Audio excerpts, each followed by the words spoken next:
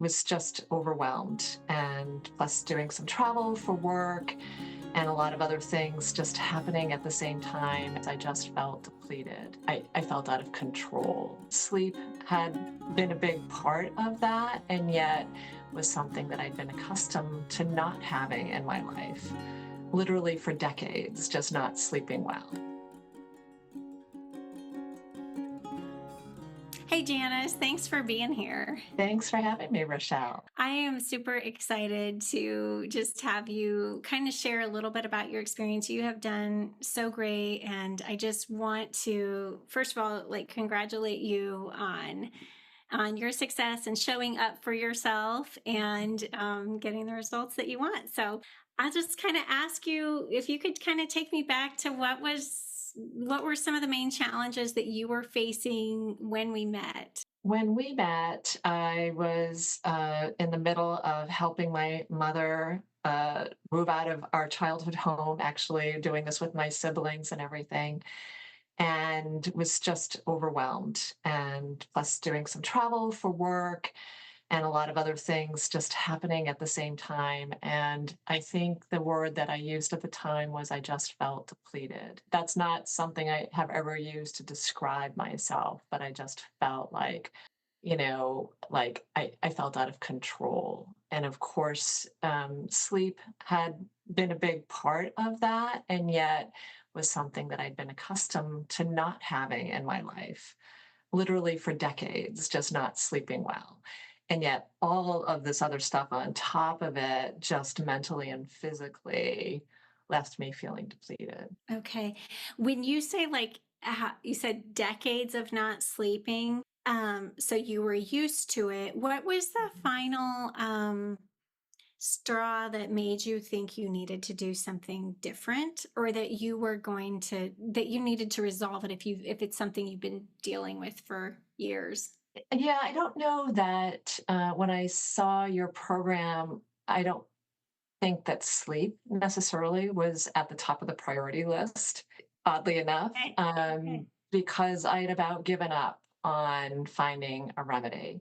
After decades of, using over the counter stuff, trying prescription stuff and hating it, trying different programs and tools, I think I literally spent thousands and thousands of dollars trying to find solutions. And so I just sort of relegated myself to the fact that this is just who you are. It runs in the family, deal with it.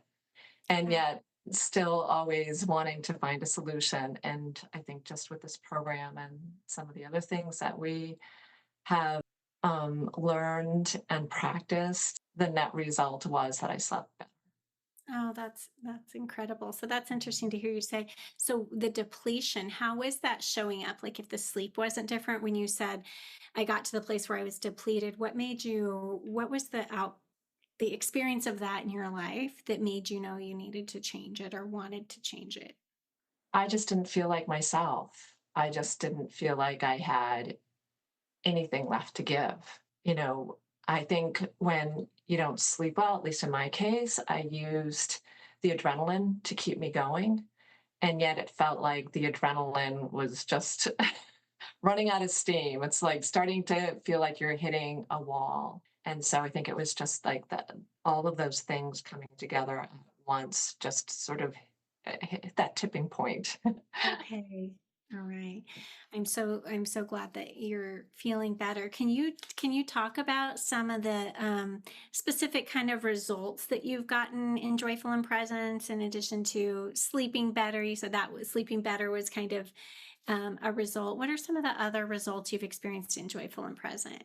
I think I'm just more in tune with my thoughts and my body. And I have to say that I've had a lot of practice with that before. I love um, the brain and studying the brain. And I teach classes. I talk about the amygdala hijack. So, and I've done practice, but if you don't stick with it, if you don't make it a part of your daily practice, then it's so easy just to forget about it. And so, at an intellectual level, I think I got it, but I didn't really make it um, a part of my daily life so that it really impacted long-term change. And it feels like, and what I really loved about the program that you've reinforced is take it slow, because my tendency would be, okay, let's get through it all. Let's go, let's go. And you gave permission to go slow, and you emphasized the importance of going slow. And that was a relief for me. But that's most people's tendency, right? To race ahead and like, Yeah. Yeah. oh, good. What can you tell me? Is there any, were there any aspects of Joyful and Present that helped you be consistent with the daily routine? Yeah, definitely. I think the meditation and setting an intent. Like, I remember having a call and saying, I'm going to do it at 7:30 every morning. And that's like an alarm clock that goes off in my head, if not beforehand. And it's like I'm really committed to doing that. And if I can only do 10 minutes, I'll do 10 minutes, but generally it's 15 minutes. And I think that as far as the sleep goes, it's just being aware of the ruminating thoughts sometimes is my way of trying to control something, feeling guilty and then trying to control an outcome that I don't necessarily have to. Mhm. And then using some of the techniques to refocus my brain and to slow down the thoughts or to stop them. So that's what's been extremely helpful for me, is just intentionally saying to myself when I wake up in the middle of the night, don't go there. This is where you need to go. This is where you need to be. And this is where you get to be in a place of safety. No, I love that. I love that.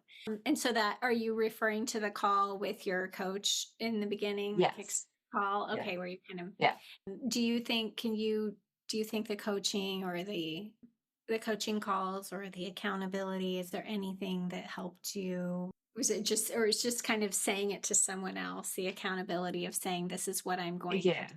Yeah. I mean, definitely, whether you're writing it down, whether you're speaking it or not, it was not so much an accountability to her, but to myself, right? It's Okay. like holding myself accountable for doing this because it's important.